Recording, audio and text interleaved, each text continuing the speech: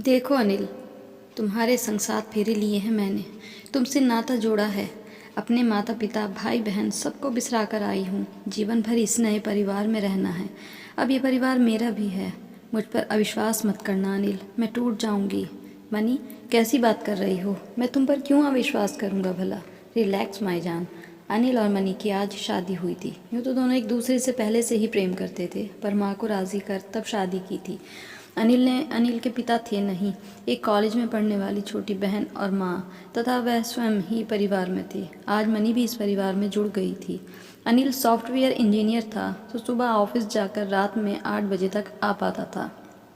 Job money भी करती थी, पर उसका वर्क फ्रॉम होम था, सो मनी घर पर ही रहती थी। अपने घर के छोटे कमरे को ही मनी ने अपने ऑफिस का रूप दे रखा था। लैपटॉप, प्रिंटर, फाइल्स सब उसी कमरे में रखे थे। मनी ने अपने समय को इस प्रकार एडजस्ट कर लिया था जिससे घर में उसकी सहभागिता बनी रहे। सुबह उठकर अनिल और वर्षा का लंच पैक कर देना, क्योंकि अनिल को ऑफिस तथा वर्षा को अपने कॉलेज जाना होता था। माँ को नाश्ता कराकर दवाइयाँ देना मनी का रोज़ का काम था। उसके बाद वह ऑफिशियल काम में व्यस्त हो जाती। रात में भोजन चारों साथ करते थे। इस प्रकार गृहस्थी बहुत अच्छे तरीके से चल रही थी। मनी की माँ यूँ तो मनी से संतुष्ट थी, क्योंकि मनी कभी किसी भी शिकायत का अवसर देती ही नहीं थी। पर मनी को लगता, माँ कहती तो कुछ नहीं, पर उससे खिंचाव सा अवश्य रखती है। जितना उन्मुक्त व्यवहार माँ का वर्षा से हो, उसके दशांश भी उसके साथ नहीं रहता। बस औपचारिक वातावरण रहता है घर में। माँ शायद अनिल और मनी की शादी को मन से स्वीकार नहीं कर सकी थी। मुँह से तो कुछ नहीं बोलती थी, पर पारिवारिक खुलापन, अपनापन की भावना का अभाव साफ दिखता था, महसूस भी हो रहा था। मनी समझ ही नहीं पा रही थी कि वो कौन सी अग्नि परीक्षा दे जिससे माँ उसे अपना ले। संतोष की बात बस इतनी थी कि अनिल उस पर पूरा विश्वास करता था। मनी अपने कर्तव्य का निर्वहन करती रही। एक दिन अपने घर के ऑफिस में उसने देखा कि प्रिंटिंग के पेपर्स समाप्त हो गए हैं। उसे आवश्यक प्रिंट निकालने थे, तो मनी स्वयं ही पेपर्स लेने निकट के मार्केट चली गई। पेपर्स खरीद घर वापस आने लगी तो उसने देखा कॉफ़ी की दुकान पर पीछे से लगा कि वर्षा किसी लड़के के साथ बैठी है। लेकिन ये समय तो वर्षा के कॉलेज का है, उसे अपने कॉलेज में होना चाहिए। हो सकता है ये वर्षा न हो, उसे वहम रहा हो। सोचकर मनी घर की ओर अनिश्चय की स्थिति में चल दी। कुछ आगे चलकर उसकी अंतरात्मा ने कहा कि वहम क्यों रखा जाए। वर्षा उसके परिवार की इज्जत है, तो उसे सुनिश्चित करना चाहिए कि वर्षा है या नहीं। मनी वापस मुड़कर फिर उस कैफेटेरिया के पास आकर उस बैठी लड़की के सामने ही पहुंच गई। देखकर मनी धक से रह गई। वह वर्षा ही थी। कॉलेज छोड़ उस लड़के के साथ बिंदास वहां बैठना चोरी और गलत तो था ही। अपनी भाभी को सामने देख वर्षा भी सक पका गई। उसकी चोरी पकड़ी गई थी। मनी भाभी को वर्षा क्या कहे, उसे समझ नहीं आ रहा था। हिम्मत करके बोली, भाभी ये राजेश है। इससे आगे वो बोल नहीं पाई। तभी राजेश आगे बढ़ा, बोला, भाभी हमें बिल्कुल भी गलत मत समझना। वर्षा के सिर में दर्द था, तो ये घर वापस आ रही थी कि मैं मिल गया। मैं ही वर्षा को यहाँ ले आया। भाभी सच तो ये है कि हम एक दूसरे को पसंद करते हैं। इतने स्पष्ट रूप से तो स्वीकारोक्ति अनिल भी एकदम नहीं कर पाया था। असमंजस की स्थिति में मनी ने कहा, यदि तुम दोनों सच्चे और ईमानदार हो तो मैं तुम्हारी सहायता करूँगी, लेकिन जब तक मैं किसी निष्कर्ष पर पहुँचूँ तुम दोनों को मुझसे वादा करना होगा कि जब तक दोनों आपस में नहीं मिलोगे। और राजेश, तुम अपने घर का पता मुझे दो। दोनों ने ही अब भाभी की अनुमति के बिना परस्पर ना मिलने का वादा भी कर लिया। वर्षा को साथ लेकर मनी घर वापस आ गई। मनी ने आज की घटना का जिक्र ना तो माँ से किया और ना ही अनिल से।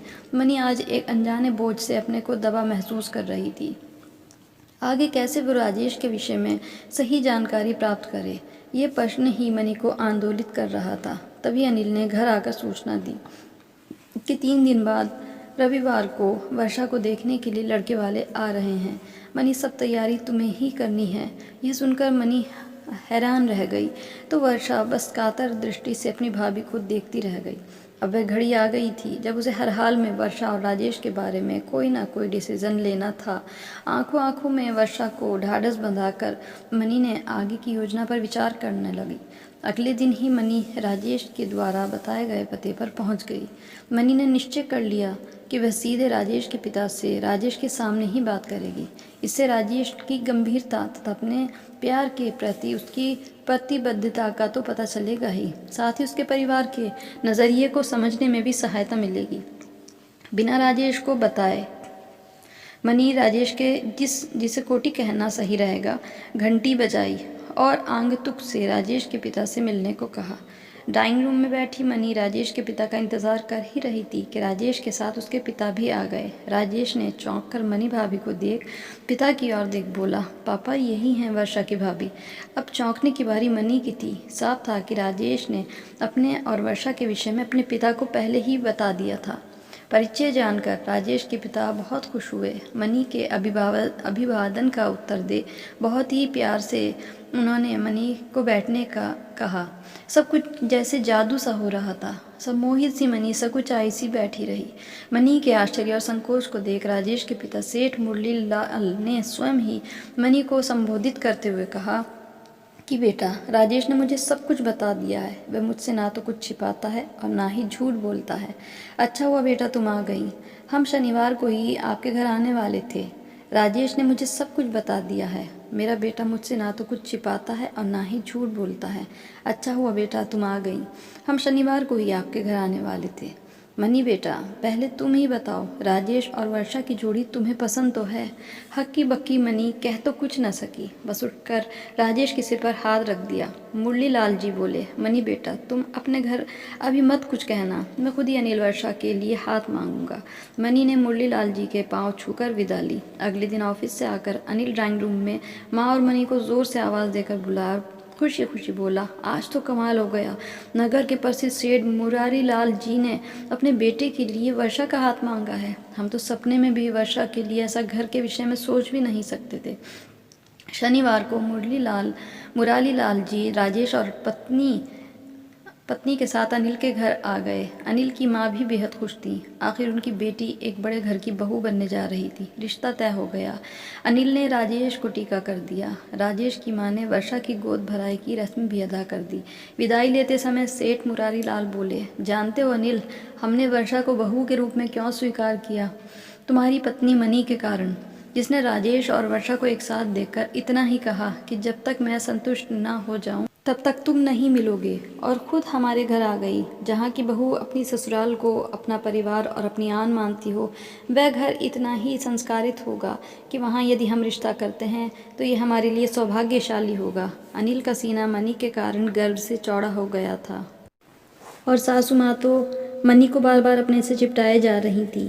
तो ये थी आज की हमारी कहानी। कहानी अच्छी लगी हो तो इसे लाइक कर दें, शेयर कर दें, मेरे चैनल को सब्सक्राइब करना ना भूलें। Thanks for watching.